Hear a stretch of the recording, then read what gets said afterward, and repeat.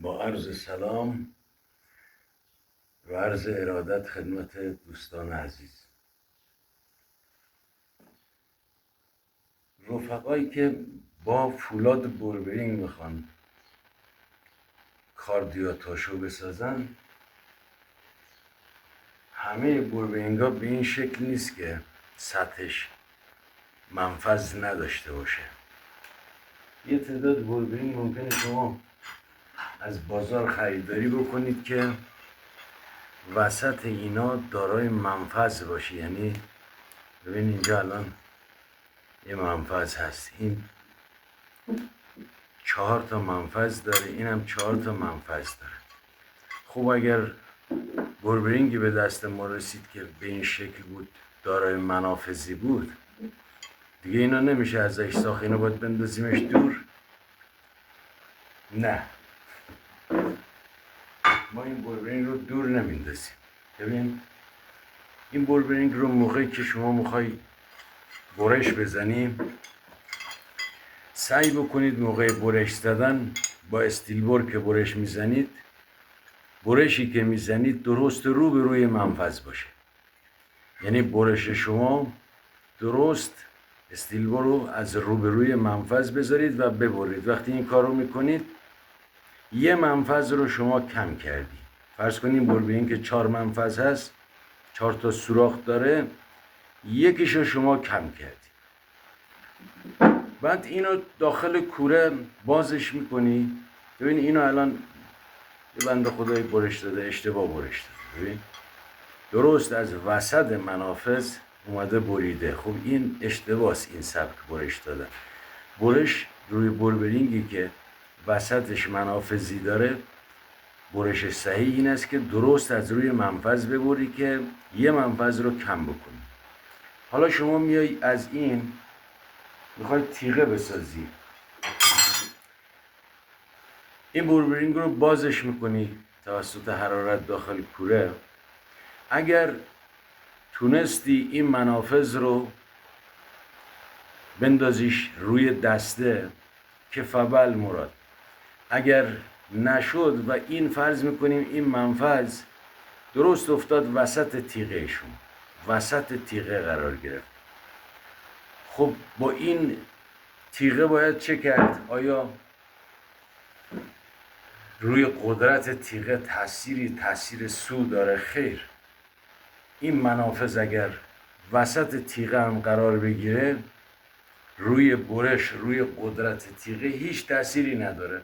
شما از بربرینگ هایی که مثل این بربرینگ دارای منفذ از وسطش بسازید و اگر این منفذ افتاد وسط تیغه، البته این منفذ اینجا گرد هست، وقتی شما چکشکاری بکنید این میشه بیزی، به دلیل اینکه یه مقدار عرض و طولش تغییر میکنه بر سر چکشکاری. راهکارش اگر میخواد کارتون زیبا باشه آخر کار، یه تیکه مس کوچولو برمیدارید، یه مسی که حالا من اینجا روی یه تیغه ضایعاتی میکوبم که شما ببینید. اینو جوری که از فرض میکنیم این تیغه تمام شده، شما کاردو ساختی، این منفذ که داخل این فولاد هست درست افتاده وسط تیغه شما. با یه تیکه مس این منفذ رو کورش میکنید.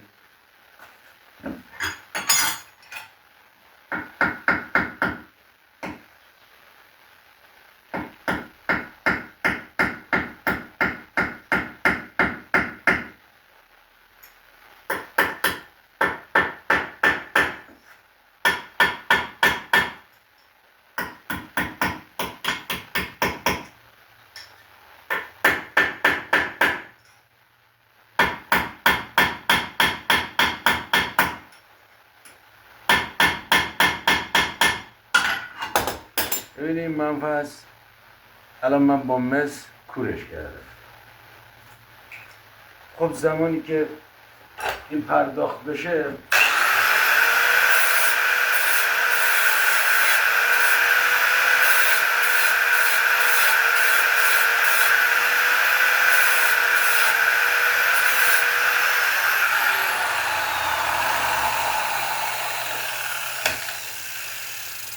فرض کنید تیغه تمام شده شما تیغه رو ساختی، این منفذی که افتاده وسط تیغه شما، این رویت که مس گذاشتی و پرش کردی، این نه روی قدرت تیغه و نه روی برش و نه روی استقامت تیغه هیچ تأثیر نامطلوبی نداره. و یک خصیصه اتفاقا جالبی هم داره. اگر شما تیغه کاردی رو دیدی که یک همچین منفذی وسطش هست و با مس پر شده، یقینا اون تیغه از فولاد بوربرینگ ساخته شده و دیگه شما خیالت راحت وقتی طرف میگه آقا تیغه این کارد بوربرینگه. اگر یه همچین منفذه که با مس پر شده وسط تیغه مشاهده کردید، این تیغه مسلما تیغه است که از بوربرینگ ساخته شده. این منافذ روغنکش و منافذی است که از این منفذها گریس میره داخل توپی بوربرینگ که ساچمه ها خشک نباشه. اگر یک همچین بوربرینگی شما خریداری کردی یا به دستت رسید، میتونی باهاش تیغه بسازی و این منافذ اگر وسط تیغه هم افتاد تأثیر سوئی روی تیغه شما نداره، نه قدرتش رو کم میکنه، نه برشش و نه استقامتش.